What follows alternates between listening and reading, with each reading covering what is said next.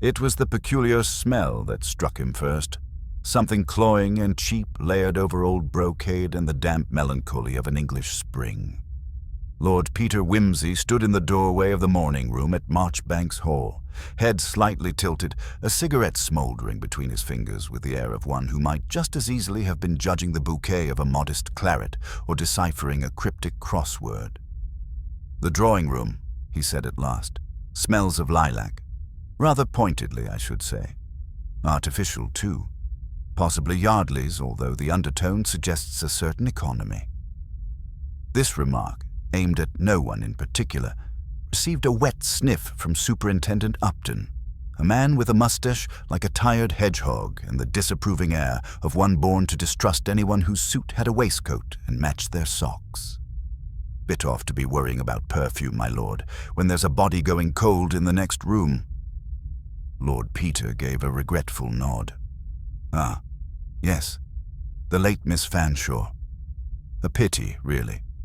Not least because the salmon mousse appears to have survived entirely unscathed, which is more than one can say for her spinal column."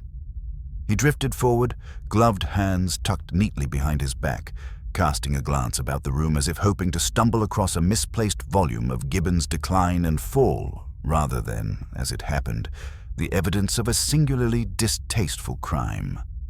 Miss Honoria Fanshawe had, until the morning in question, been a spinster of considerable rigidity, known chiefly for her ferocious commitment to parish governance and a curious fondness for Victorian hymnody. Now she was a corpse, sprawled on the Aubusson rug beneath the candelabra, a streak of blood like an exclamation point behind her ear. "I say," murmured Wimsey, crouching beside the body. "Would you look at that, Parker? Someone's gone and ruined the rug. That shade of cochineal simply won't lift." Charles Parker, faithful companion in crime and Scotland Yard's most polite disbeliever in anything faintly Gothic, merely raised a brow. "It's a rug, Peter. There's a woman bludgeoned to death on top of it." "True," said Wimsey brightly, "but only one of them was an heirloom from the 3rd Marquess of Heatherset. And unlike Miss Fanshawe, it cannot be buried with a hymn and a pot of primroses." They had arrived scarcely half an hour earlier, summoned not by the local constabulary, but by the late Honoria's niece, a Miss Sylvia Vale, who had telephoned Wimsey directly, somewhat breathless and unusually coherent for a woman who had just discovered a body. "She said there was something wrong with the curtains," Parker recalled now, thumbing through a notebook. "Odd thing to mention, unless they've begun committing murders." Wimsey straightened, his expression unreadable. "Indeed. A body on the rug, a vase of artificial lilacs spilled quite artfully upon the bureau, and—" He drifted to the French windows. "Yes, one curtain tied back with a rather domestic scrap of lace, while its twin is allowed to droop like Ophelia in a storm drain. Highly asymmetrical." Upton cleared his throat with all the subtlety of a wounded bulldog. "Well, if you're done redecorating, my lord, perhaps you'll let the police get on with it." "Oh, quite. Quite.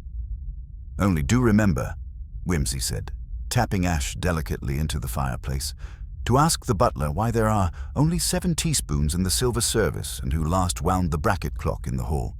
They may be irrelevant, but one never knows when the truly appalling will emerge under the guise of the trivial. Much like a bishop at a garden fete." Upton grunted. Parker smiled faintly. And thus the morning proceeded, with statements taken, tempers frayed, and Miss Fanshawe, now respectfully shrouded, removed to cooler lodgings. But Wimsey lingered in the lilac-scented gloom, fingers steepled beneath his chin, eyes narrowed not in grief, but in professional curiosity. "She wasn't killed in anger," he murmured later to Parker alone. "She was killed in anticipation, like laying out a dress for the morning. Someone planned this." Parker looked up from his notes. "You mean premeditated?" Wimsey smiled without warmth. "I mean staged, draped, arranged. The lilac, the curtain, the mirror angled just so. My dear Charles, someone has composed a scene, We must only learn to read it. And as the rain began to fall in polite vertical lines across the mullioned windows of Marchbanks Hall, Lord Peter turned to face the first of many delicate lies dressed in country tweed and nervous laughter. The morning had grown drearier by degrees, the grey pressing against the tall windows like a nosy neighbour. Within, the great house settled into a silence too complete to be innocent. Marchbanks Hall had that peculiarly English ability to appear instantly funereal in the wake of catastrophe. Shutters half drawn, ticking clocks suddenly accusatory, and servants conducting themselves with the reverence of minor clergy. Lord Peter Wimsey sat, though only just, on the edge of a mahogany window seat, one leg casually crossed, the other tapping an intermittent rhythm against the baseboard. His gaze wandered over the garden, where a single peacock, wholly indifferent to homicide, preened with offensive serenity among the rhododendrons. He turned his head slightly, catching Parker's eye as the latter entered, notebook in hand and expression diplomatically blank. "Interview with the cook complete?" Wimsey inquired, not looking away from the peacock. "Did she throw herself upon the sugar bin and wail of poisoned blancmange?" Parker shook his head, seating himself opposite. "No, but she did offer you a tart. Rhubarb. No euphemism intended." "Touching," murmured Wimsey. "And informative, as always." The staff were downstairs all morning, apparently. Routine, prep for Sunday luncheon. Mrs. Fanshawe had asked not to be disturbed until 11. That was usual. But the parlour maid, young Edna Marsh, brought up the post around 10 and claims the door was shut. No sound, no movement. And she knocked 3 times. No answer. She assumed Miss Fanshawe had taken to her writing. He consulted the notebook. Apparently, she was composing a letter of protest to the Church Times concerning the use of inclusive hymnals. Ah, that old vice. Wimsey glanced back toward the parlor door. "And the body was found by Miss Vale?" "Yes. Came down shortly before noon. She said the smell struck her first. Blood and perfume, apparently. Then she saw the curtains. Said she knew instantly something was wrong." "Odd thing, that," Wimsey murmured. "Most people noticed the body. Miss Vale noticed the drapery?" Parker shrugged. "Maybe she's observant." "Maybe," Wimsey agreed, rising. "Or maybe she's something else entirely. Let's go meet our valiant niece, shall we?" Miss Sylvia Vale was waiting in the smaller drawing room, a slim girl of 27 or 28, with that composed fragility particular to the upper middle class, the sort that wears pearl earrings to a tragedy and uses grief to deflect unpleasant questions. Her morning dress was not black, too soon for that, but a tasteful navy, and her shoes were polished to a guilty shine. She looked up as Wimsey entered and offered a smile that didn't quite reach her eyes. "My lord," she said with a slight incline of the head. "Thank you for coming. I wasn't sure whom to call, and the police here are very blunt." Wimsey bowed lightly, gesturing to Parker. "My colleague, Inspector Parker. Quite the opposite of blunt, I assure you. He favors delicately sharpened inquiries." Parker inclined his head. "Miss Vale?" Sylvia gestured toward the chintz armchair opposite her. "Please. I'm afraid I can't offer tea. They've locked up the kitchen." "We shan't faint for lack of Earl Grey," Wimsey said. "Now, perhaps you'd indulge us with a few details, particularly about the moment you discovered your aunt's disarray." Sylvia's composure didn't crack, though her fingers tightened around the handkerchief in her lap. "It was late morning. I'd been upstairs in the sewing room, trying to adjust the hem of a dress. I came down because the house was too quiet. That's not unusual, mind you, but, well, I passed the morning room and noticed the curtain had fallen oddly. One tie-back missing, and then I smelled something. The perfume was hers. She always sprayed it rather liberally on Sundays. But underneath, there was something coppery. "Blood," Parker supplied gently. She nodded. Yes. I pushed the door open and, well, there she was. On the floor. The vase had shattered and her hair was damp. I didn't touch anything. I phoned the police and then... you. Why us? Whimsy asked mildly. Sylvia hesitated. Because you're a gentleman. My aunt always said the police had no sense of proportion. And I remembered you'd helped that awful woman in Cambridge, the one who pushed her fiancé off the bell tower. Ah, yes, Whimsy said brightly. Miss Vane. Not guilty, as it turned out, though the bell tower remains suspicious to this day. A faint smile touched Sylvia's lips. You seemed appropriate. Appropriate to murder. What a useful reputation. Whimsy leaned forward, eyes sharp now. Tell me, was your aunt expecting anyone this morning? No, Sylvia said too quickly, then paused. At least, not formally. She sometimes received callers without informing the household. She kept a sort of private ledger. I wasn't allowed to read it. But you peeked. She gave him a look as close to defiance as breeding permitted. Occasionally. Human nature, Parker murmured. There was a name, Sylvia said quietly. It kept appearing. C. Lurmer, once a week almost, usually Wednesday afternoons, but the last entry was dated yesterday. That would be Saturday, Parker said. Unusual. I thought so. Did you recognize the name? Number, but the letters were very regular. Large capitals. It looked masculine. Whimsy stood, stretching faintly. Dear me, Parker. We must get our hands on that ledger. Also, find out who ties back the curtains, servant or mistress. Someone took liberties with the symmetry this morning, and I find that more upsetting than the blood. I'll see to it, Parker said, already halfway to the door. Sylvia looked up. Do you think it was someone she knew? Whimsy paused. She let them in, didn't she? Yes. Well then, he said lightly. Either she knew them or they were frightfully convincing Jehovah's Witnesses. When he returned to the hallway, Whimsy lingered by the tall bracket clock. Its pendulum swung with maddening slowness, counting out a time it had no interest in. He examined the brass face with the air of a man inspecting a poem written in semaphore. It's 8 minutes fast, Parker said, returning. Precisely, said Whimsy. That doesn't mean much. Country clocks are never right. It means, Whimsy said, that someone wound it recently, and not with any affection for Greenwich. I wonder if our killer wanted to be early, or wanted others to be late.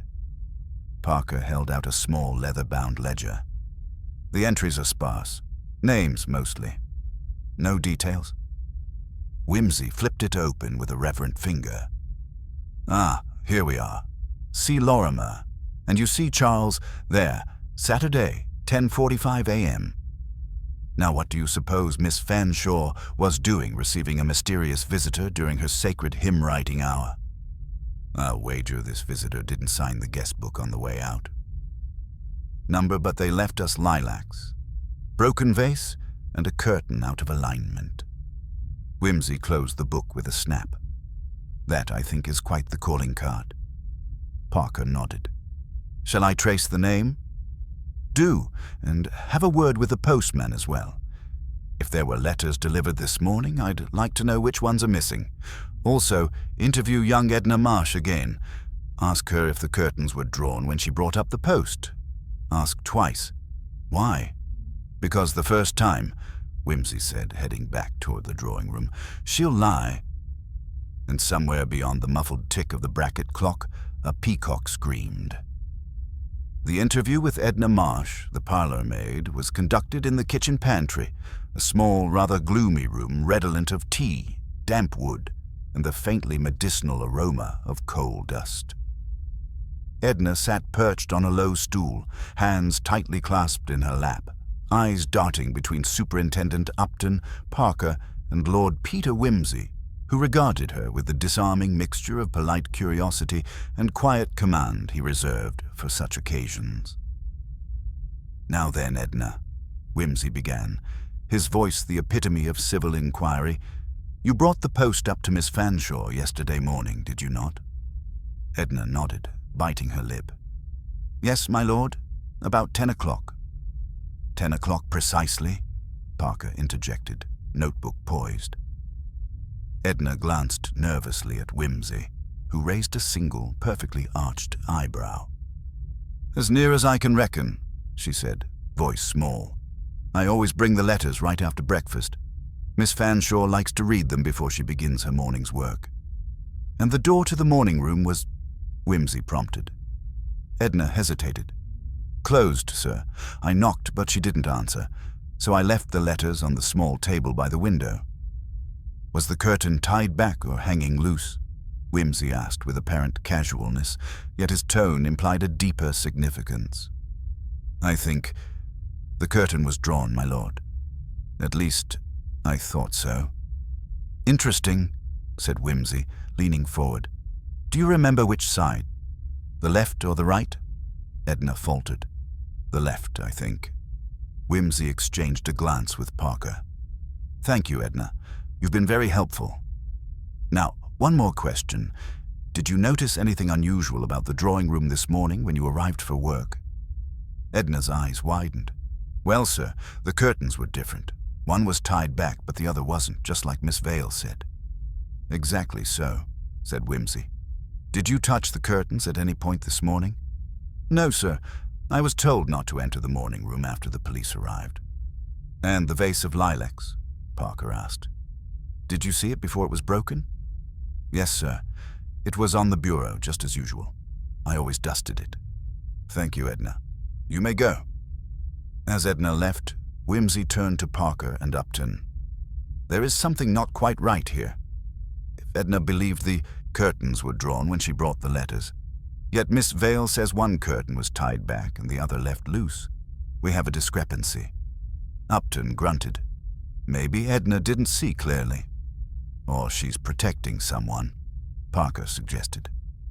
"Or protecting herself," Whimsy murmured, eyes narrowing. "We shall see." Back in the morning room, Whimsy paced slowly, fingertips brushing the edge of the battered Aubusson rug. He surveyed the scene again. The broken vase, with its fragile ceramic shards scattered like fallen petals, the faded wallpaper peeling at one corner, the grand piano standing silent, its keys dusted with neglect. His thoughts were interrupted by the arrival of the local postman, a rotund man named Mr. Wilkes, who carried a leather satchel battered by years of service. "Mr. Wilkes," Whimsy greeted, "I understand you delivered the post to Marchbanks Hall yesterday morning." "Yes, my lord, bright and early as always." "Were there any letters or parcels addressed to Miss Fanshawe this week that were particularly urgent or unusual?" The postman rubbed his chin. "Well, now you mention it, there was a packet that came in Friday morning. Miss Fanshawe signed for it herself. Said it was something important." "Do you recall who it was from?" "From a Mr. C. Lurmer, I believe." Whimsy's interest piqued. "Did the letter appear to be opened?" "No, sir. It was sealed tight." "Thank you, Mr. Wilkes. That will be all." When the postman left, Whimsy turned to Parker. "The plot thickens. Someone named C. Lurmer seems to be at the center of this, and the last letter, unopened, arrived just the day before the murder." "Perhaps the packet was some sort of poison," Upton ventured. Whimsy smiled thinly. "Unlikely, considering it remained unopened. But it does suggest Miss Fanshawe was expecting correspondence from Lurmer, perhaps even meeting him." "Yet Sylvia said he was unknown to her," Parker mused. "Precisely. Which leads us back to the curious behavior of the curtains, the timing of the post, and the slightly too precise winding of the clock." He moved toward the French windows, tapping the sash lightly. The curtain that hung loose, left to fall in an almost theatrical manner, was on the right side. Edna claims the curtains were drawn when she came with the letters. Either she's mistaken or deliberately misleading. "Could someone have been inside the room, moving the curtains after Edna left?" Parker asked. "Quite likely. The room itself was locked from the inside, however, which complicates matters. Whimsy's eyes settled on the key lying on the mantelpiece, gleaming dully beneath the silver candlesticks. "The question, dear Charles, is who held the key and when?" As if summoned by the inquiry, a soft knock sounded on the door. It was Mrs. Plum, the housekeeper, a formidable woman with sharp eyes that missed little and a voice that brooked no nonsense. "My lord," she said crisply, "there's been talk downstairs among the staff. They say the butler, Mr. Craven, was acting oddly this morning, muttering to himself, pacing the pantry. They're concerned he might know more than he admits." "Then it's high time we had a chat with Mr. Craven," Whimsy said, before his concerns turned to confessions. Mrs. Plum nodded and left as Whimsy, Parker, and Upton made their way toward the servants' quarters. The butler was found polishing the silverware in the dimly lit scullery, his posture stiff, hands trembling ever so slightly. He glanced up as they approached, masking surprise with practiced ease. "Mr. Craven," Whimsy began, "I understand you were in the pantry early this morning." "Yes, my lord. I was arranging the cutlery for luncheon service. Did you notice anything unusual?" Craven hesitated. "Only that Miss Fanshawe seemed troubled these past few days. She was more withdrawn than usual." "Did she mention why?" "No, sir. Only that she was awaiting news, of a sort." "And the key to the morning room?" "Always kept on Miss Fanshawe's person, my lord. She was particular about it. No one else was supposed to enter without her permission." "Yet the door was locked from the inside?" "Yes, my lord." Whimsy's eyes flicked to the butler's face. "And yet someone entered and left, breaking the vase and leaving the curtain askew." Craven paled. "I swear I know nothing." "Of course, Mr. Craven," Whimsy said smoothly. "It is not the knowledge but the silence which can be most telling." Craven's jaw tightened, but he offered no further words. Whimsy turned away, exchanging a glance with Parker and Upton. A locked door, a broken vase, a misaligned curtain, and a visitor named Lurmer. Our mystery deepens. But there is one more person I must see. "Who?" Parker asked. "The local vicar, Reverend Ainsley. Miss Fanshawe was active in the parish and known for her strong opinions on ecclesiastical matters. If anyone knows about inclusive hymnals or clandestine meetings, it is he." The trio proceeded to the vicarage, a modest red brick house adorned with climbing ivy and the smell of freshly cut grass. Reverend Ainsley greeted them warmly, but with an undertone of guarded caution. "Ah, Lord Peter, Inspector Parker. What brings the famous detective and diligent inspector to our humble parish?" Whimsy smiled politely. "A matter of some urgency, Reverend. I understand Miss Fanshawe was a passionate campaigner for traditional hymns." "Yes, indeed. She often voiced her objections, much to the chagrin of some parishioners." "Did she mention any meetings or correspondences that troubled her?" The vicar sighed. "She confided in me about a gentleman, Charles Lurmer, who had recently moved to the village. She found his ideas unsettling but intriguing. He was a scholar of ancient liturgy, quite the eccentric, and they met weekly to discuss theology." "And did these meetings ever take a more contentious turn?"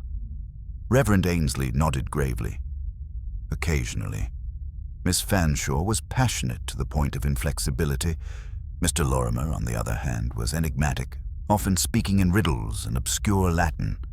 Their debates became more frequent and heated in recent weeks." "Do you know where Mr. Lurmer resides?" "An old cottage at the edge of the village, Fernwood Cottage. He keeps mostly to himself." Whimsy thanked the vicar and left with Parker and Upton, minds turning over the new information. Back at Marchbanks Hall, as twilight deepened and shadows gathered beneath the tall oaks, Whimsy lit a cigarette and contemplated the day's revelations. The delicate threads of the case were weaving a tapestry far more complex than a simple burglary gone wrong. "A man named Lurmer," he mused aloud. "An eccentric theologian with a penchant for cryptic speech. A locked room with a misaligned curtain. A broken vase of artificial lilacs, and a clock wound 8 minutes fast." Parker shook his head in mild exasperation. You're seeing puzzles where most would see only chaos. Ah, but chaos, my dear Charles, is merely unrecognized order. Upton frowned. What next, my lord? Whimsy's eyes glinted. We wait. Watch and listen. For it is in the smallest details, in the whispered contradictions and the unnoticed gestures, that murder reveals itself. Outside, the peacock called again, a mournful sound that seemed to echo the unsettled heart of Marchbanks Hall. And somewhere in the village, Charles Lurmer was returning home. The following morning dawned grey and low-hanging, a typical English drizzle softening the outlines of Marchbanks Hall and cloaking its secrets in a damp, indistinct shroud. Lord Peter Wimsey, having spent a restless night examining notes and pondering timelines, found himself drawn once more to the morning room, that chamber of lilac and shadow where Sylvia Fanshawe's life had been so abruptly and unnervingly extinguished. Superintendent Upton and Inspector Parker arrived promptly, the latter carrying a sheaf of witness statements that Wimsey had requested overnight. Their meeting took place in the dimly lit library, whose heavy volumes and burnished brass fittings lent a certain gravitas to the proceedings. Very well, Wimsey began, setting aside his morning cigar with a faint expression of both annoyance and satisfaction. Let us start with the chronology once again, but this time with the witnesses' accounts fresh in hand. Parker spread the papers carefully on the table. We have statements from Edna Marsh, Mrs. Plum, Mr. Craven, and several neighbors. All corroborate that Miss Fanshawe was in the morning room at approximately 10 o'clock, as Edna brought the post. No one saw her leave afterward. Curious, Wimsey murmured. And the door was locked from the inside? Indeed, Upton confirmed. No signs of forced entry, either on the door or any of the windows. Wimsey tapped his fingers together thoughtfully. The locked room paradox, always a delightful conundrum. What about this Charles Lurmer fellow? Parker asked. We have his address, but no one seems to have seen him come or go yesterday. I made discreet inquiries in the village, Wimsey said. The cottage is modest and somewhat isolated, nestled in a small copse of trees at the village's edge. Several locals describe him as a recluse, though occasionally he ventured into the parish for theological debates or to procure rare books. Any sign he was in the hall yesterday morning? Not that anyone saw, Wimsey replied, but the absence of evidence is rarely evidence of absence. Upton grunted. What's your theory, my lord? A murder by locked room or an elaborate stage trick? Neither, Wimsey said with a faint smile. At least not yet. We must consider all possibilities, including the most mundane, for the devil is often in the details others overlook. He picked up the statement from Mrs. Plum. Now, Mrs. Plum mentions the butler's odd behavior. Mr. Craven seems unnerved, but he denies all knowledge. It is too easy to dismiss such things as nerves or guilt. Yet I suspect the truth lies somewhere between. Should we speak with Mr. Craven again? Parker asked. Not yet, Wimsey answered. I intend first to visit Fernwood Cottage. A man's home often reveals more than his tongue. Leaving the hall, Wimsey and Parker took the short walk through the mist-laden village to the cottage. The path was muddy, the trees damp with early morning dew, and the air heavy with the scent of earth and wood smoke. Fernwood Cottage was a quaint building with leaded windows and a small garden cluttered with herbs and bookshelves fashioned from rough-hewn timber. A tall, lean man with wire-rimmed glasses opened the door. His hair was disheveled, and his dark eyes held a faint gleam of both curiosity and wariness. Mr. Lurmer? Wimsey inquired politely. Yes, that would be me. And you must be Lord Peter Wimsey, I presume. A pleasure. May I come in? I wish to ask you a few questions about Miss Fanshawe. Lurmer stepped aside, gesturing toward a cluttered sitting room filled with stacks of books, manuscripts, and a curious assortment of religious iconography. A faint trace of incense lingered in the air. Whimsy seated himself carefully on an overstuffed armchair, observing the room with his habitual, almost predatory, attentiveness. "You and Miss Fanshawe met regularly, I understand."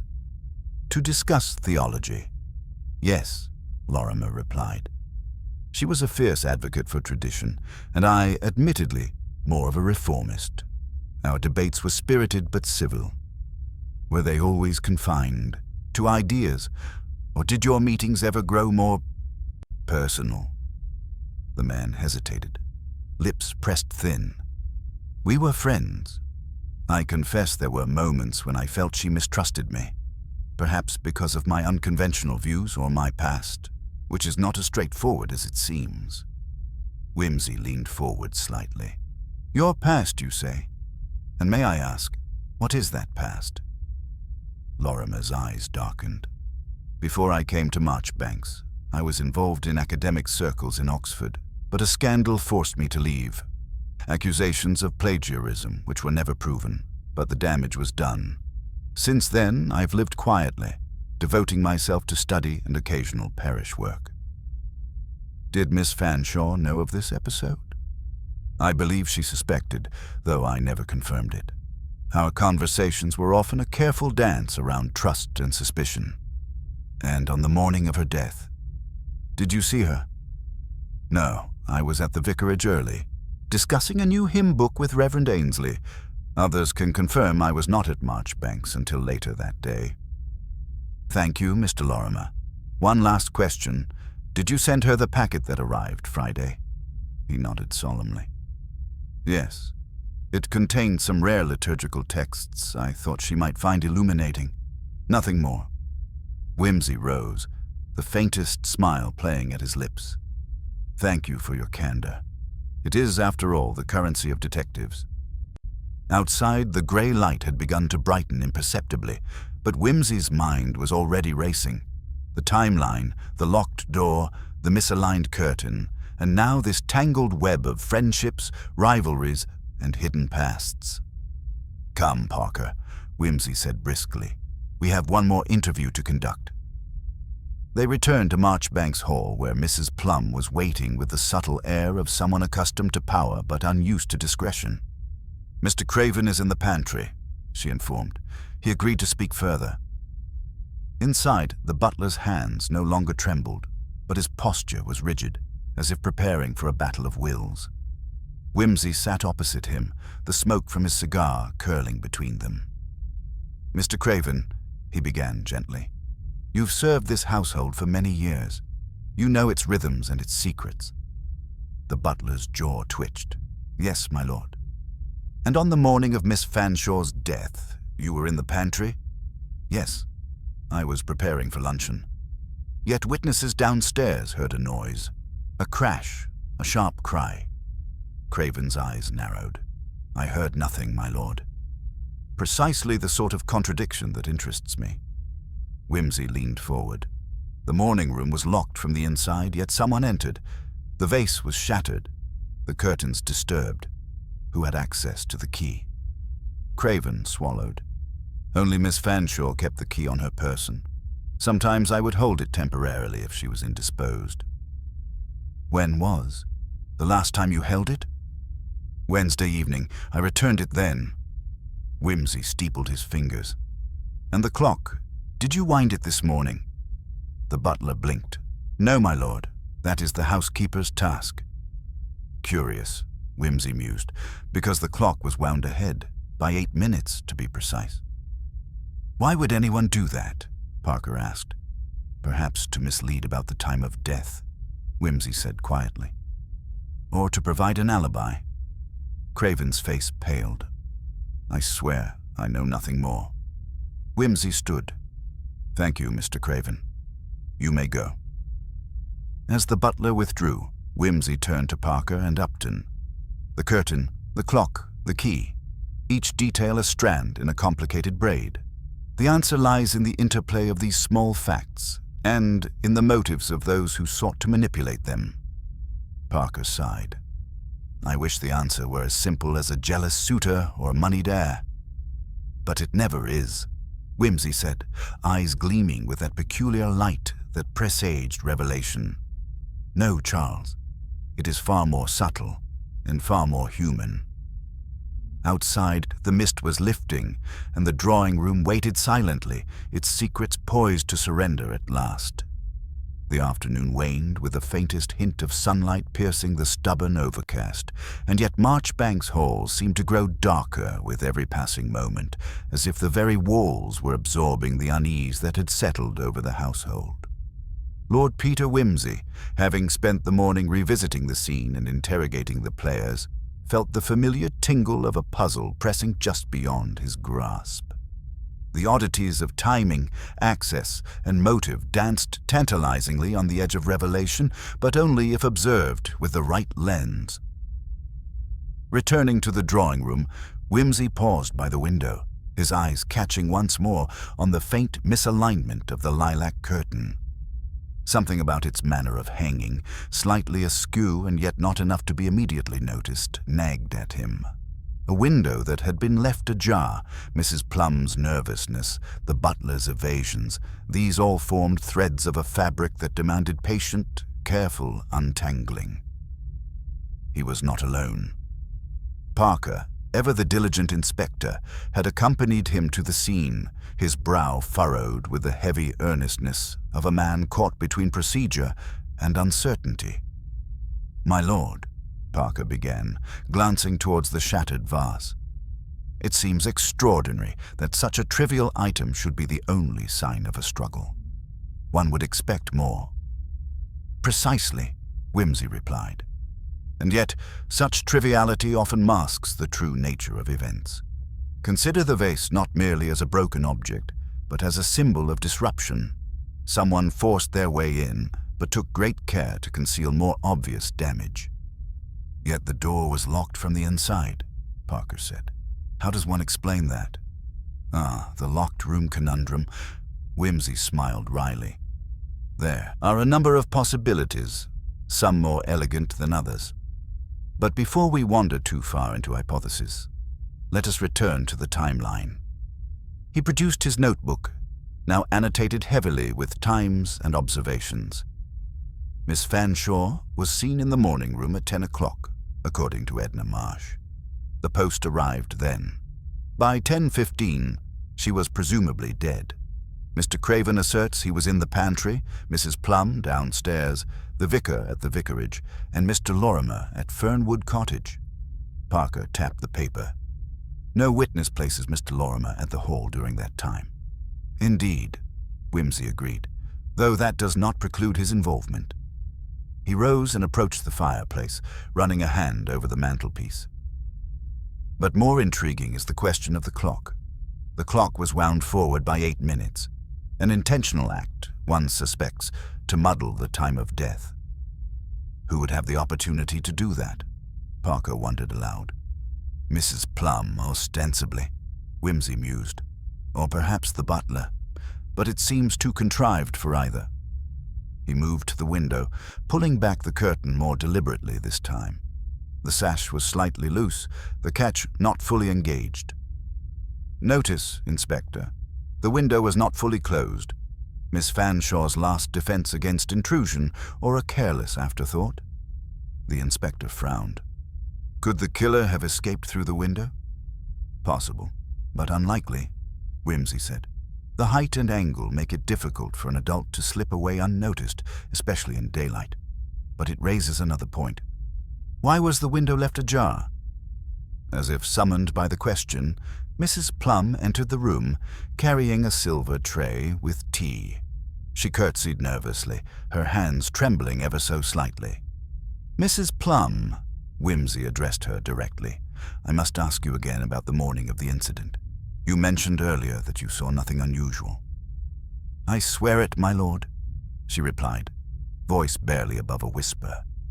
"I was busy in the kitchen and did not hear a thing." "Yet you arrived in the drawing-room shortly after the post was delivered?" "Yes, to clear away some letters Miss Fanshawe had set aside." "And the window?" Mrs. Plum hesitated. I thought it was always left slightly open for air." "Curious," Wimsey said softly. Miss Fanshawe was known for her fastidiousness. She did not tolerate such carelessness. Mrs. Plum glanced away, her cheeks flushing. "I meant no disrespect, my lord." "None taken," Wimsey assured her, "but such minor details may prove crucial." The butler, Mr. Craven, appeared behind her, silent as a shadow. His eyes flickered briefly towards Mrs. Plum before settling on Wimsey. "Would either of you care to explain why the drawing-room curtains were found drawn differently than usual?" Wimsey inquired. Craven's mouth tightened. Miss Fanshawe arranged them herself, each morning. "I would not presume to change them." "But change them someone did," Wimsey said, his voice sharp now. "The fabric near the window was disturbed, and there are traces of lilac pollen on the sill, suggesting the window was recently opened." Craven's composure cracked. "I do not know anything more." Wimsey's gaze did not waver. "Mr. Craven, I do not accuse without cause, yet your reaction speaks volumes." He turned to Parker. "A staged scene, then, to create confusion?" Parker sighed. "But who benefits?" "That," Wimsey replied, "is the question that will guide us through this labyrinth." Later, as the sun dipped below the horizon and shadows grew long, Wimsey retreated to his study to examine the physical evidence with renewed focus. He carefully unwrapped the torn letter found in the fireplace, the edges scorched and crumbling, its contents partially obliterated but hinting at threats or demands. His fingers paused on a phrase, faint but legible. "Must desist or face consequences." The handwriting was precise, almost clinical, a stark contrast to the florid letters Miss Fanshawe was known to write. "An anonymous threat," Wimsey murmured. "But from whom?" He then inspected the vast shards again, noting the peculiar arrangement. The break was clean, suggesting a calculated strike, not a wild swing. The pattern of the shards indicated the vase had been toppled with care, as if to suggest violence without actually inflicting it. Message or misdirection? He wondered aloud. Footsteps interrupted his thoughts, and Parker entered with a weathered file. "Here are the records of past visitors and deliveries to Marchbanks," Parker said. "No suspicious entries in recent weeks." Wimsey took the file, flicking through the pages. "That means the killer was likely someone with access. An insider or a trusted acquaintance." He looked up sharply. "We must revisit the staff, particularly those with keys or intimate knowledge of the household's rhythms." "Mrs. Plum and Mr. Craven?" Parker offered. "Precisely. And yet I find myself uneasy about dismissing Mr. Lurmer so quickly." Parker raised an eyebrow. "The recluse with a scandalous past?" Wimsey smiled thinly. "A past often hides the most present of motives. I suspect there is more to his relationship with Miss Fanshawe than mere theological debate." That evening, Wimsey requested to speak once again with Edna Marsh, the postmistress, who had brought the mail on the fatal morning. Edna was a brisk, no-nonsense woman with keen eyes that missed nothing. "I heard the post arrived around 10, she confirmed. "Miss Fanshawe took the letters inside, looked through them quickly. Then I saw her stand by the window for a moment, as if listening." "Listening? To what?" Edna shrugged. "I don't rightly know, but I thought it odd. She seemed uneasy, like someone expecting trouble." "Did anyone visit the hall that morning besides yourself and the postman?" Wimsey pressed. "No, no one else." "And the postman, did he notice anything unusual?" "Not that I know of. But the post was late and the mailbag heavier than usual." Wimsey's mind raced. Late mail, heavier bag, a pause by the window, and an unopened letter scorched in the fire. A pattern was emerging, subtle but persistent. As the night deepened, Wimsey stood once more in the drawing-room. The scent of lilac lingered faintly in the air, mingling with the faint chill of the encroaching darkness. He mused quietly. The door locked from the inside, yet someone entered. The window left ajar, the clock wound forward, and a threatening letter burnt in the hearth. "All the pieces are here, but the picture they form remains obscured." by the careful hands of a clever perpetrator. And in the silence that followed, the faintest sound of footsteps echoed from the hall, as though the house itself awaited the final act. The following morning was marked by a brittle chill that seemed to seep into the bones of Marchbanks Hall, as if the house itself was weary of the burdens imposed upon it. Lord Peter Wimsey arrived promptly, his appearance as composed and inscrutable as ever, though his eyes betrayed a flicker of impatience beneath their habitual veneer of sardonic amusement. The previous day's inquiries had left a residue of perplexity. The investigation was neither straightforward nor free from contradictions, and yet the complexity was precisely the sort of intellectual diversion that Wimsey relished. Parker was waiting in the hall, his expression cautious but resolute. "Good morning, my lord.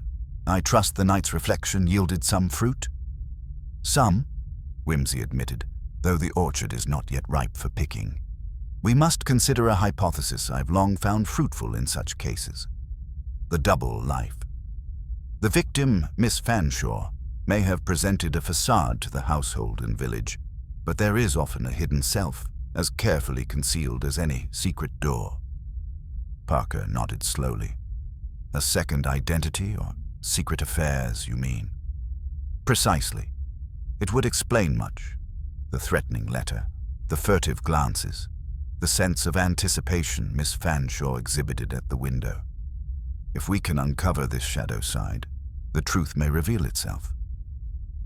They proceeded to the small library, a modest chamber lined with austere shelves of theology and local history, where the household's records and Miss Fanshawe's personal papers were stored under the watchful eye of the housekeeper, Mrs. Plum.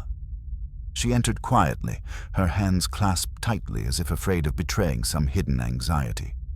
"Mrs. Plum," Wimsey began, "we find ourselves in need of Miss Fanshawe's correspondence and journals, if such exist." The housekeeper's lips pressed into a thin line. "She kept very few letters, my lord. Miss Fanshawe was a private woman. Most correspondence passed through the postmistress directly. Yet we have the half-burnt note," Wimsey pointed out, producing the fragile remains. "An anonymous threat.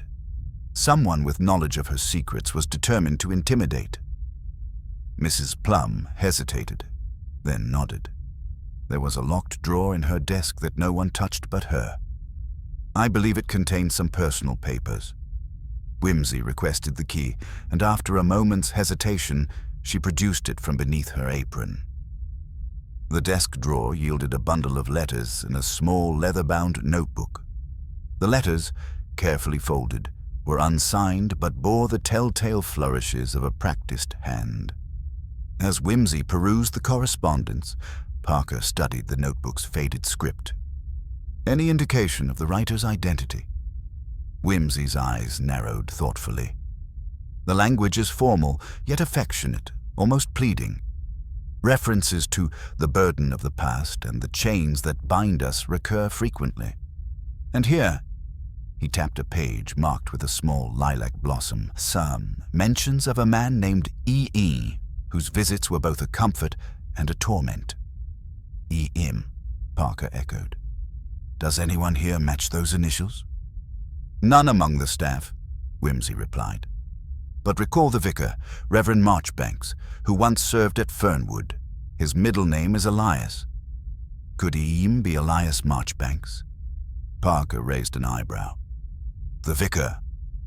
I thought his relationship with Miss Fanshawe was strictly professional." "Appearances can deceive. The intensity of these letters suggests a bond more profound, perhaps troubled. Let us not forget the stormy letter discovered by the postmistress. The post bag was heavier that morning. I suspect it contained further communications." Wimsey decided to pay a visit to the vicarage. The Reverend Marchbanks was a tall, austere man, his countenance grave beneath the powdered wig of clerical office. He greeted Wimsey and Parker with polite restraint, eyes flicking with mild curiosity. "Lord Peter, Inspector," he said, inclining his head. "To what do I owe this unexpected visit?" "I'm investigating the tragic death of Miss Fanshawe," Wimsey said carefully. It has come to my attention that you corresponded with her under difficult circumstances." The vicar stiffened, his fingers tightening around a cup of tea. "Our correspondence was purely pastoral," he replied. "She confided in me as one seeks counsel in times of distress." "And did your counsel involve visits here or elsewhere?" "Rarely," Marchbanks admitted. "I visited her at Fernwood Cottage a handful of times, as well as Marchbanks Hall, but nothing improper." "Miss Fanshawe was last seen alive at Marchbanks Hall," Wimsey observed. "Were you present that morning?" "No," the vicar answered firmly. "I was at the vicarage, preparing the sermon." Wimsey produced the notebook and held it open to the marked page. "May I?" Marchbanks' eyes narrowed, but he allowed the book to be examined. "These references to E.M., Wimsey continued, suggest a close, complicated relationship. Were you aware of Miss Fanshawe's fears?" "Of course," the vicar said. "She was haunted by shadows of her past, a family secret of which she spoke little." "Which secret?" Wimsey pressed. The vicar hesitated, then sighed. "Her family was once embroiled in a scandal involving a wrongful conviction for embezzlement. The stain was never removed, and she bore the weight of it heavily." "Did she believe this secret might harm her here at Marchbanks?" "Indeed. She feared exposure, ruin." Wimsey folded the notebook carefully. A motive, perhaps, for those wishing to silence her. "And what of this man, Mr. Lurmer? He resides nearby, yes?" "Mr. Lurmer is a scholar, a recluse of sorts," the vicar replied. "He and Miss Fanshawe debated theological and philosophical matters fiercely, but I would not presume hostility. Yet he was seen near the hall that morning." "I cannot say." Back at Marchbanks Hall, Wimsey and Parker resumed their scrutiny of the household. Mrs. Plum's unease seemed to deepen, her answers more guarded. Meanwhile, the butler Craven maintained his impeccable, if frosty, composure. Wimsey's mind circled back to the physical details, the locked door, the ajar window, the adjusted clock, the missing letters, and the threatening note. He began to suspect that the killer was counting on a narrative constructed around these very details to mask their movements and intentions. "Parker," Wimsey said thoughtfully, "I've asked myself why the clock was wound forward by exactly 8 minutes. If the intention was to confuse the time of death, why not an arbitrary amount?" "Perhaps the killer was marking the time when the crime was committed," Parker suggested. "Or the time at which someone left the room," Wimsey said, eyes glinting. "Let us verify the movements of each person in that window of time once more." They gathered the staff for a final round of questioning. Edna Marsh, the postmistress, repeated her observation of the post's arrival and Miss Fanshawe's brief hesitation at the window. Mrs. Plum remained tight-lipped but admitted to having delivered tea to the drawing-room around 10:30. Craven was questioned again about his whereabouts and duties. He acknowledged tending to the pantry, but insisted he had no reason to interfere with the drawing-room. "And Mr. Lurmer?" Wimsey inquired when the scholar was brought in. "Where were you on the morning of Miss Fanshawe's death?" Lorimer's dark eyes met Wimsey's with a mixture of irritation and weariness. "At Fernwood Cottage, as always. I spent the morning in my study, reading and writing. I have no interest in the petty affairs of the household." Wimsey noticed a faint smudge on Lorimer's cuff. Dust from the garden path, perhaps, or dirt from the surrounding grounds. "Fernwood is a fair walk from Marchbanks," he remarked. "Did you not encounter anyone on the way?" "No," Lorimer replied, "and I saw no one near Marchbanks Hall." "Then how do you explain the lilac pollen found on the windowsill?" Wimsey asked softly. "Lilac blooms are scarce around Fernwood." Lorimer hesitated, a flicker of color rising to his cheeks. "I do not know." Wimsey made a mental note. There was more to this scholar's relationship with the household than he admitted. As afternoon shadows lengthened once more, Wimsey retired to the drawing-room. He stood before the window, fingers brushing the sill where the faint dust and pollen lingered. The open window, the drawn curtains, the disturbed lilac, all signs pointing to a visitor, perhaps uninvited or a staged intrusion. His thoughts turned to the psychological undercurrent of the tragedy. The fear, the secrecy, the desperate attempts to protect one's reputation at any cost. Who, he wondered aloud, stands to lose everything if the past is revealed? And who stands to gain by silencing such revelations forever? The house seemed to hold its breath, the faint rustle of lilac leaves whispering secrets just out of reach. And in the gathering dusk, Whimsy knew the hour was near when the careful puzzle would finally begin to disclose its hidden pattern. The evening air had turned sharply colder, the sky outside Marchbank's Hall darkening to a slate gray that lent the house a more sinister silhouette against the creeping dusk. Inside, the drawing room still bore the faintest trace of lilac, that ghostly fragrance lingering like a whispered secret between the faded upholstery and the heavy, dust-laden bookshelves. Lord Peter Whimsy stood silently by the window, the soft ticking of the grandfather clock in the corner marking out a slow, measured rhythm as if daring time itself to reveal the truth it kept. It was during this hour, that peculiar stretch between daylight's retreat and the first stirrings of night, that mysteries often bared their teeth. For all his arch wit and polished detachment, Whimsy knew that this investigation was less a game than a descent into human frailty, a tragedy woven with the threads of fear, deception, and profound vulnerability. "Parker," Whimsy said, turning from the window with a faint smile that did not quite reach his eyes, "it occurs to me that we have overlooked one small but crucial detail." "Which might that be, my lord?" Parker replied, alert as ever. "The missing silver salver." Parker blinked. "I confess, I had not considered it significant. It was noted absent in the initial inventory, but it seemed a trivial omission." "On the contrary," Whimsy replied, "it is not the absence, but the timing of its disappearance that intrigues me. The salver was last accounted for during afternoon tea, yet it was not present when the body was discovered." "Do you suggest it was removed deliberately?" Parker asked. "Exactly so. Consider the purpose of such an object, often used to carry letters, small valuables, or messages discreetly.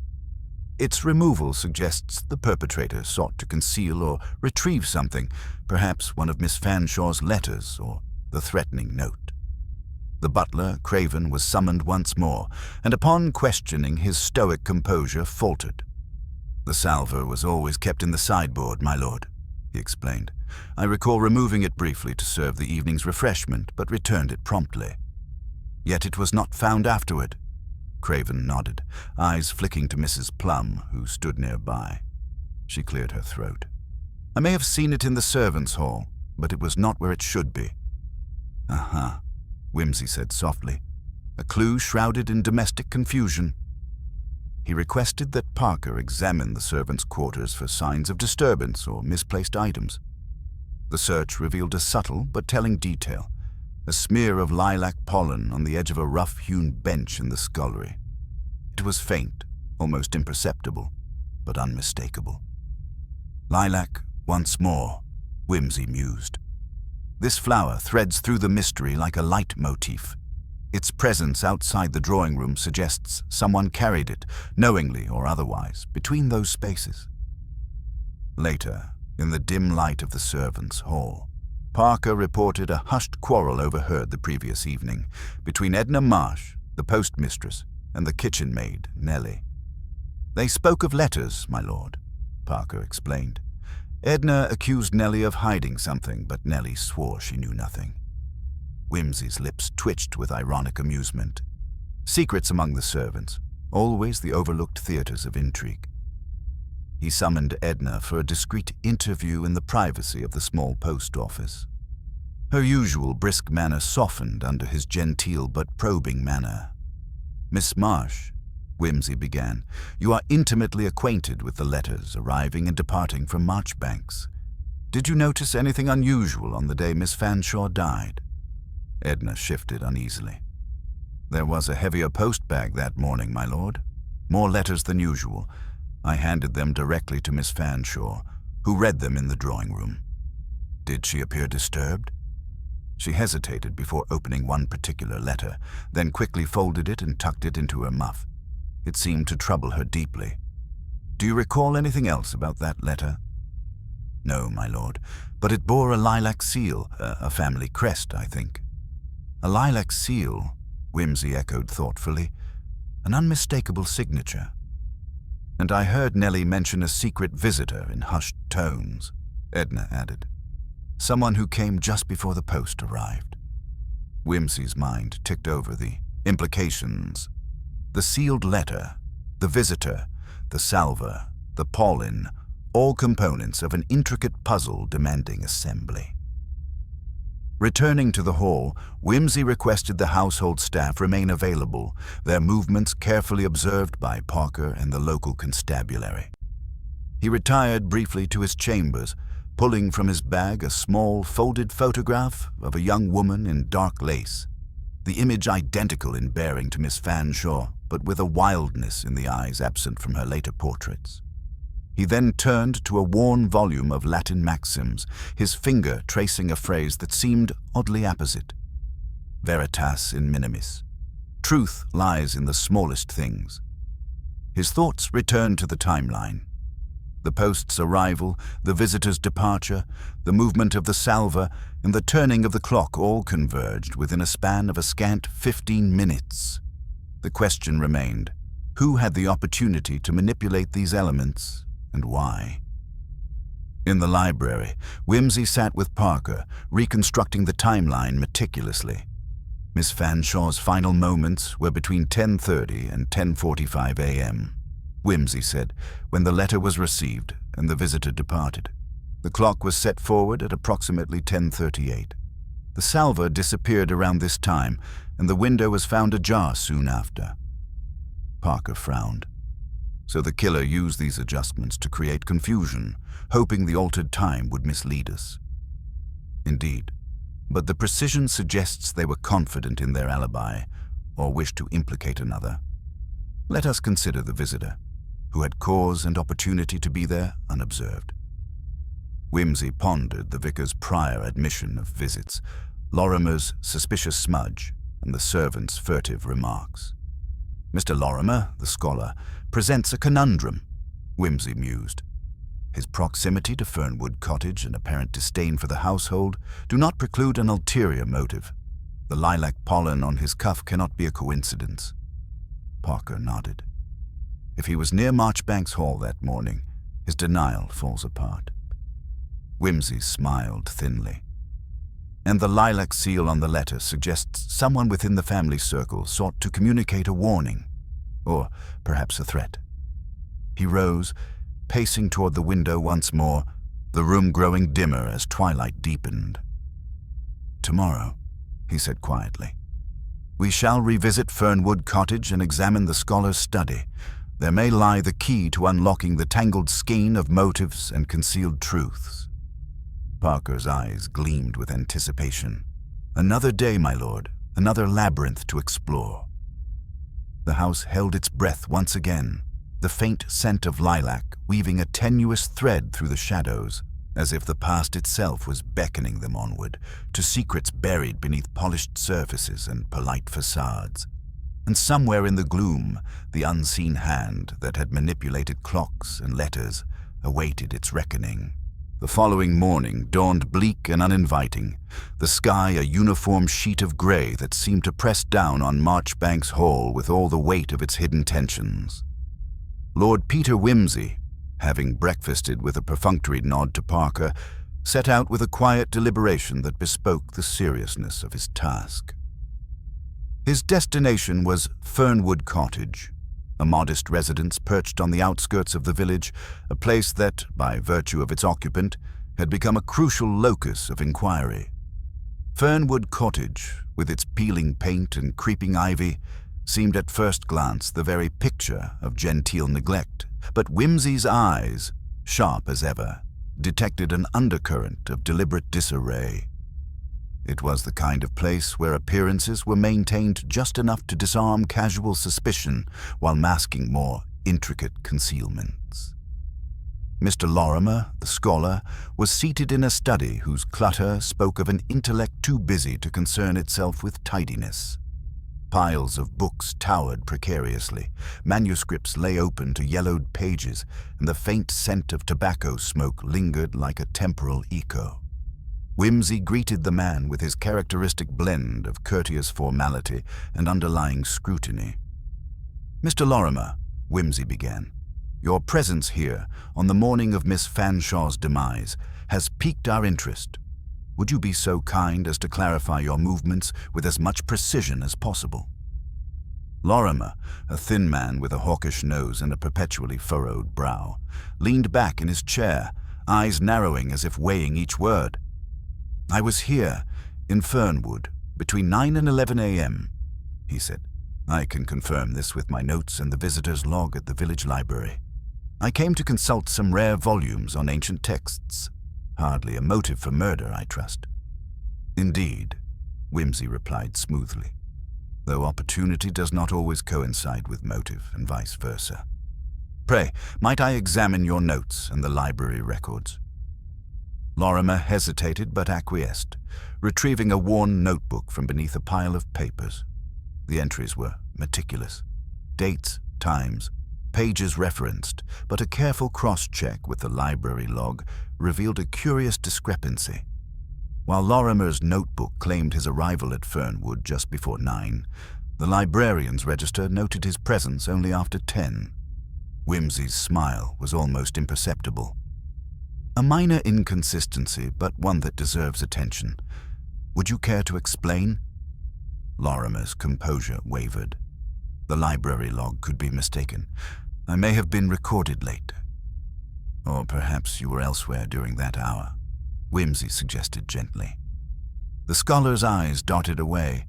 "I assure you, my lord, my interest in Miss Fanshawe was purely academic.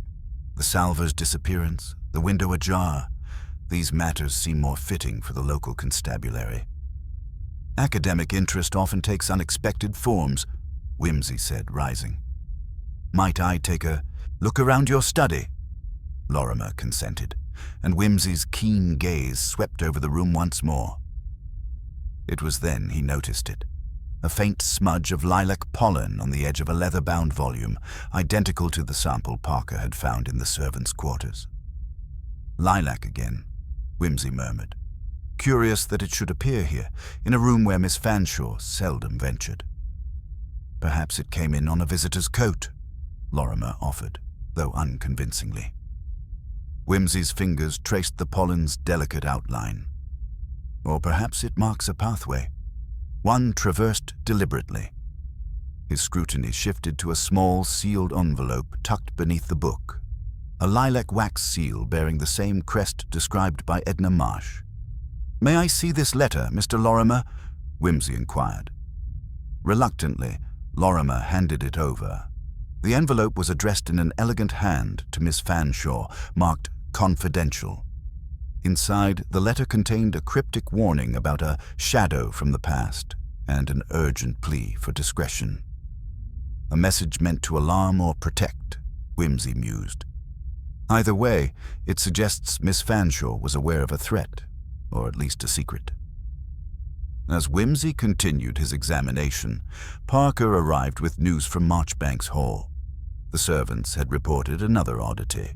The clock in the servants' hall, previously thought to have been tampered with, was now found to be striking inconsistently, its mechanism evidently interfered with. Whimsy's expression darkened. "The manipulation of time," he said, "is a device designed to disorient and mislead.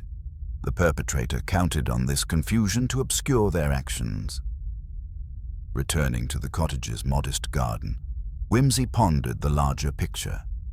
The visitor, the letter, the pollen, the tampered clock, all pieces converging into a pattern both subtle and sinister. He asked Parker to accompany him to the village post office, where he intended to verify the timing and handling of the crucial lilac-sealed letters. The postmistress, Edna Marsh, greeted them with an anxious smile. "Miss Marsh," Whimsy began, "we must establish the precise moment the letters were delivered on that fateful morning. Your testimony is vital."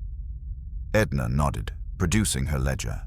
"The post arrived at 10:15 a.m., promptly sorted and sent out.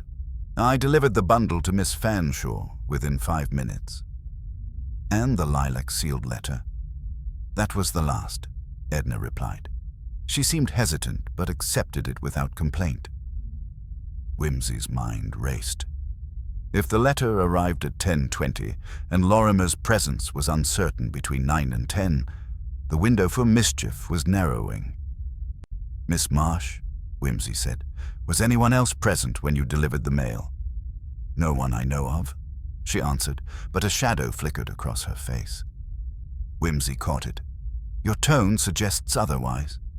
She hesitated, then whispered, "I heard voices in the alley, behind the post office, arguments, whispers, around that time. I thought it unimportant." "Very well," Whimsy said. "Thank you." Back at Marchbanks Hall, Whimsy began to assemble the threads into a tapestry of motive and opportunity. The argument behind the post office suggested an accomplice or witness, while the inconsistencies in Lorimer's timeline hinted at deliberate deception. He summoned Nellie, the kitchen maid, whose previous denials had seemed perfunctory. Under gentle but persistent questioning, Nellie revealed a secret meeting with a man she described only as a scholar, held in the shadowed lane behind the village. "It was the night before Miss Fanshawe died," Nellie confessed. "He gave me a letter to deliver, but I never did." "Why not?" Whimsy inquired. "I was frightened," she said simply. "He looked angry, desperate even. I think he wanted to keep the matter hidden." The pieces were falling into place. A secret message, a covert meeting, and a calculated use of time's fluidity to disguise a lethal act. Yet, the puzzle was incomplete. Whimsy returned to Marchbanks Hall, his mind sharpened like a scalpel. The seemingly innocuous details, the pollen, the salver, the disrupted clocks, were no longer trivial curiosities, but the very instruments of a calculated murder. As evening settled once more, the house seemed to close in around him, the lilac scent now less a gentle perfume, and more a ghostly reminder of secrets best left unspoken. And yet, it was precisely those whispered truths that would soon surface in the drawing-room's gloom, where Lord Peter Whimsy would confront the hidden darkness and bring light to the shadows that had claimed one life and threatened many more. The twilight deepened its hold over Marchbanks Hall as Lord Peter Whimsy paced the drawing-room with a restless energy belying his usually unflappable demeanor. The shadows cast by the flickering firelight stretched like dark fingers across the ornate wallpaper, the faint scent of lilac lingering as a spectral reminder of the tragedy that had unfolded within these walls. The pieces of the puzzle, once scattered and obscure, were now beginning to align with a cruel precision, yet the final pattern remained frustratingly elusive. Whimsy's mind was alive with the conflicting testimonies and the curious anomalies uncovered in the past days.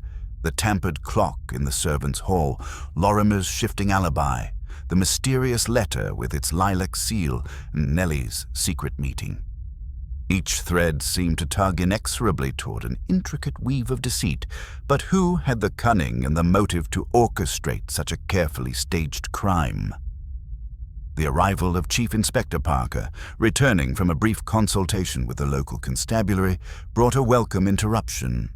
Parker's typically blunt face was set with cautious optimism. "My lord," he began, "we've had the postmistress re-interviewed and a few villagers have come forward, claiming to have seen a shadowy figure near the alley behind the post office on the morning of the murder." "A shadowy figure, you say?" Whimsy replied, arching an eyebrow. "Not quite the spectral presence one might imagine in a Gothic tale, but still a valuable lead." Parker nodded. "They describe a tall man in a dark overcoat, moving hurriedly just after the mail delivery. Some swear it was the scholar, Lurmer, though others hesitate." "Ah, The ever-elusive truth wrapped in layers of uncertainty, Whimsy mused. Very well, we must consider the chronology carefully. If Lurmer was indeed absent from his study between 9 and 10, and the letter arrived at 10:20, there is ample opportunity for mischief. Indeed, Parker agreed. But then there is the matter of the salver, which has not turned up. The servants insist it was on the hall table that morning, but now it is missing. That, coupled with the window left ajar, suggests a staged break-in, or perhaps a distraction. Whimsy's eyes gleamed with a newfound clarity. Precisely. And such staging implies knowledge of the household's routines, which brings us back to the servants, the very guardians of domestic order. Yet Nellie's confession about the letter delivery introduces an element of intrigue from within. The detective rose and moved toward the door, determination set in his step. We must speak with Nellie again, and this time with the entire household gathered. It is time to unsettle the carefully constructed calm and watch for the tremors beneath. Gathering the household in the drawing room, a space now tinged with a solemn atmosphere, Whimsy began his quiet inquisition. His manner was polite but relentless, his questions weaving a web of logic designed to expose inconsistencies. "Nellie," he addressed the young maid, "you mentioned delivering a letter for the scholar. Was this a letter addressed to Miss Fanshawe?" She nodded, her eyes cast downward. "Yes, my lord, but I never gave it to her. I was frightened." "Fear can be a powerful silencer," Whimsy observed. "Did anyone compel you to keep this secret?" Nellie hesitated, then shook her head. "No, sir. But the scholar, he was angry. He said things that made me afraid for Miss Fanshawe." The assembled faces shifted uneasily. The butler, grim and composed, cleared his throat. "My lord, if I may," he interjected, "there are aspects of Miss Fanshawe's private dealings that have not been fully disclosed. She was a woman of strong convictions and, some would say, sharp enemies." "Indeed," Whimsy replied dryly. "Enemies are an inevitable consequence of principle." He turned to Lurmer, who remained silent, eyes flicking nervously from face to face. "Mr. Lurmer, might you explain why you required Miss Fanshawe's discretion so urgently, as indicated in your letter?" Lurmer swallowed, his voice a thin thread. "There are matters of personal history, my lord. Matters I hoped would remain private." "Personal history," Whimsy repeated thoughtfully, "which, when revealed, might cause considerable distress." "Yes, and might provide a motive for desperate action." The scholar's composure cracked. "I cannot speak further." Whimsy's gaze hardened. "Very well, then we must rely on evidence." At that moment, Parker entered with a small parcel wrapped in plain paper. "My lord, this was found hidden in the garden near the servants' quarters." Whimsy untied the parcel to reveal a small silver salver, its surface tarnished but unmistakable. A faint trace of lilac pollen clung stubbornly to its underside. "So the salver was removed, but not far," Whimsy observed. "A signal, perhaps, or a token left deliberately for discovery." He lifted the salver carefully, a subtle touch to mislead or to communicate. The detective paced the room, the weight of the afternoon's revelations settling upon him. The window ajar, the missing salver, the tampered clock, the secret letter, all designed to confuse the timeline and misdirect suspicion, but the real clue lies in the psychological, the fear, the silence, the desperate concealment of truths. Turning to the household, Whimsy's voice took on a quiet intensity. "Murder is rarely a product of circumstance alone. It is the culmination of hidden fears, jealousies, and betrayals. I suggest we revisit the testimony of those closest to Miss Fanshawe, and perhaps reconsider the role of the very servant who carried the letter, but dared not deliver it." A murmur passed among the listeners, the tension palpable. Miss Fanshawe was, it appears, ensnared in a web woven from her past and those who sought to keep it buried, Whimsy continued. The scholar's letter hints at secrets, and Nellie's silence speaks of intimidation. We must examine who among you had the means, the motive, and the opportunity to ensure those secrets remained forever hidden." He paused, letting the weight of his words settle. "Tomorrow, we shall reconstruct the events of that morning in full detail, testing every claim against the immutable facts of time and place. Until then, I advise caution and honesty." As the household dispersed, whimsy remained, the lilac scent now almost overwhelming in the quiet room. The mystery had entered its final act, the lines of suspicion drawn taut. Outside, the wind stirred the ancient trees, their branches scratching at the window panes like the fingers of unseen watchers. Inside, Lord Peter Wimsey contemplated the final moves of a game played with deadly stakes, knowing that soon all would be revealed, not through ghosts or specters, but by the inexorable logic of a mind trained to see what others missed. The drawing room smelled of lilac still, but soon it would bear witness to the unveiling of truth. A truth as chilling and precise as the stroke of a clock's hand marking the final hour. The dawn broke reluctantly over Marchbank's Hall, its feeble light filtering through heavy curtains that had remained drawn since the night before. The household was conspicuously subdued.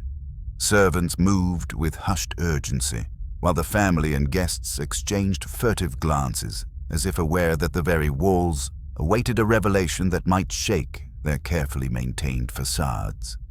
Lord Peter Wimsey, seated in the library with a cup of unpretentious tea, surveyed the room with an expression that balanced leisure and acute calculation.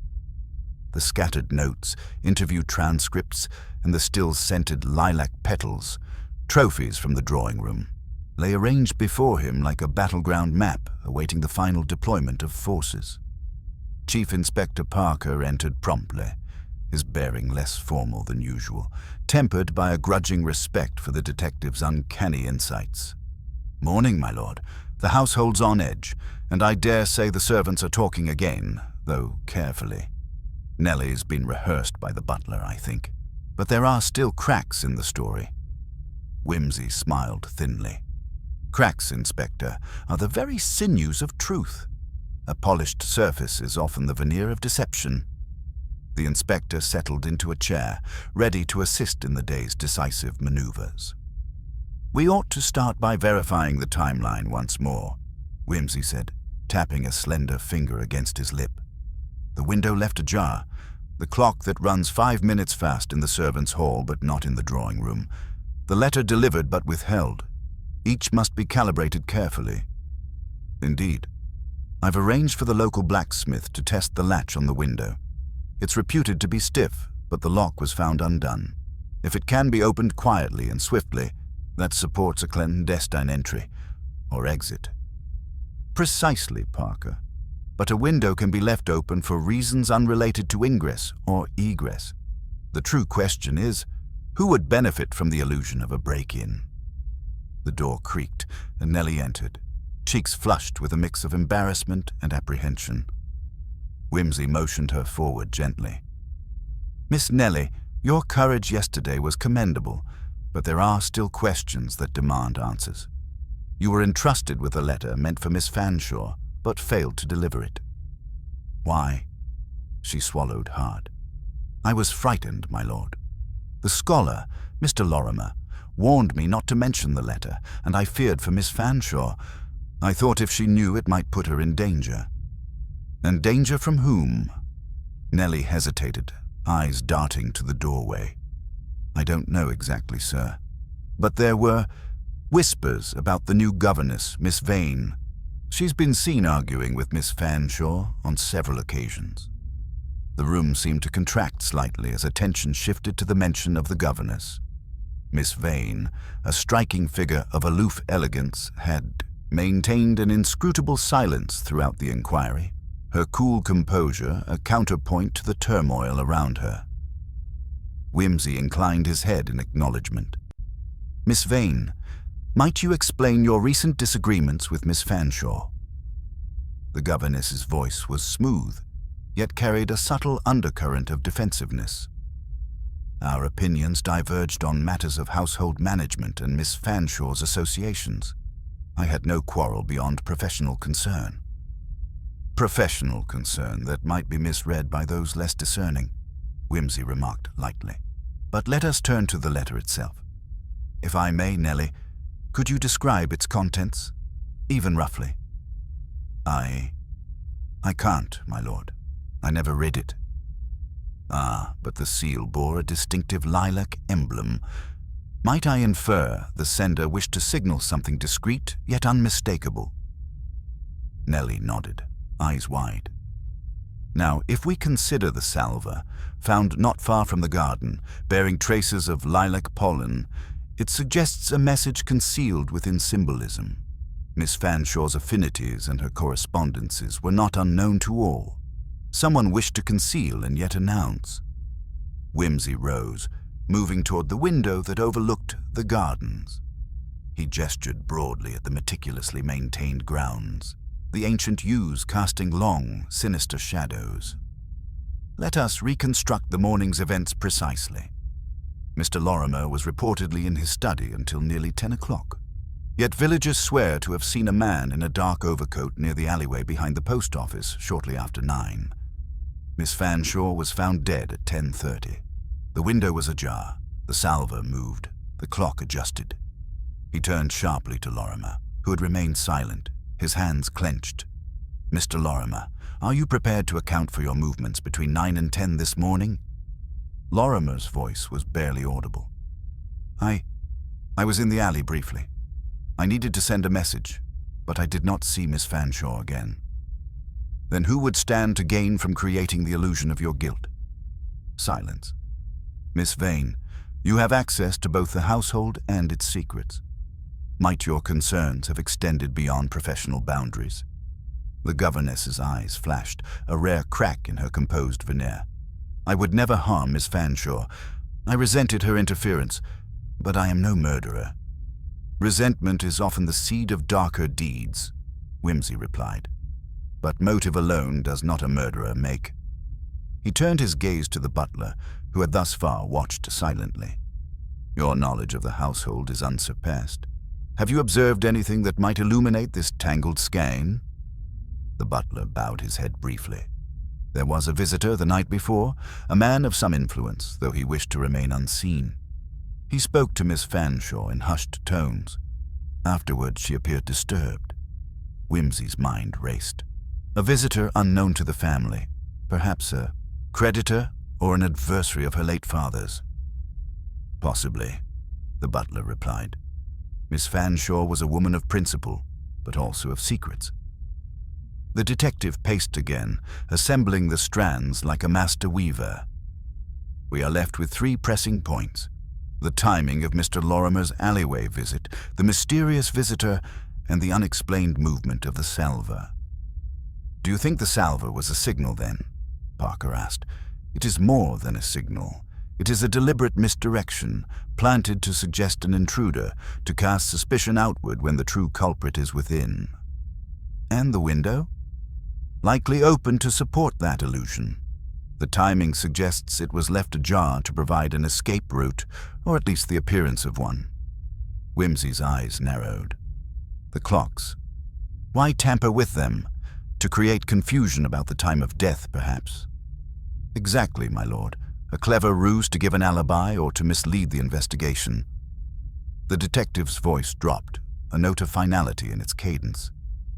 We shall conduct a reenactment at dawn tomorrow. Every step will be retraced, every testimony tested. The truth is a stubborn creature, Inspector, and it does not tolerate falsehoods. As the afternoon faded into evening, the household settled uneasily. The intricate dance of suspicion had begun its final round. The players knew their parts, but none could predict the exact moment when the mask would fall, nor the identity of the hand that had dealt the fatal blow. Whimsy lingered once more in the drawing room, inhaling deeply the now familiar scent of lilac. The fragrance, once a simple floral note, had become the leitmotif of a tragedy that had revealed the fragile veneer of civility beneath which mortal passions and deadly secrets festered. Soon, very soon, the final act would unfold, and the logic of human frailty and cunning would lay bare the truth hidden behind the drawing-room's fragrant veil. The grand drawing-room, where shadows pooled like ink and the scent of lilac hung heavily in the still air, had been transformed into a theater of revelation. The assembled company, family, servants, Inspector Parker, and the ever-composed Lord Peter Wimsey stood as if awaiting the final curtain on a performance whose stakes were all too grim. Wimsey, who had been unaccountably absent during the afternoon's deliberations, entered quietly, his manner as unruffled as the evening itself. His eyes, sharp and amused, swept the room before settling on the expectant faces. "Ladies and gentlemen," he began, "we are gathered here not merely to identify a culprit, but to unravel a tapestry of misdirection woven with exquisite care." He paused, letting the weight of those words settle before continuing. "Recall the letter, delivered but unseen, sealed with the emblem of lilac, an emblem dear to Miss Fanshawe. The letter never reached its intended recipient, thanks to Miss Nellie's hesitation. Yet this letter was not simply a communication. It was the fulcrum upon which the tragedy pivoted." Turning to Nellie, Wimsey's tone softened. "You acted out of fear, but your silence, however well-intended, allowed the poison of suspicion to fester." He then fixed his gaze on the governess, Miss Vane, whose composed mask was beginning to betray a flicker of unease. "Miss Vane, you claimed professional concern, but your disagreements were more than mere matters of housekeeping. You sought control over the household's secrets and over Miss Fanshawe herself." A subtle murmur rippled through the room. "Inspector Parker, let us revisit the timeline. Mr. Lorimer's sojourn to the alley at 9 o'clock was confirmed by independent witnesses, rendering his alibi solid. Yet who was this mysterious visitor, cloaked in the evening shadows, who met Miss Fanshawe the night before her death?" Wimsey stepped closer to the fireplace, fingers lightly touching the mantel as if steadying the narrative's course.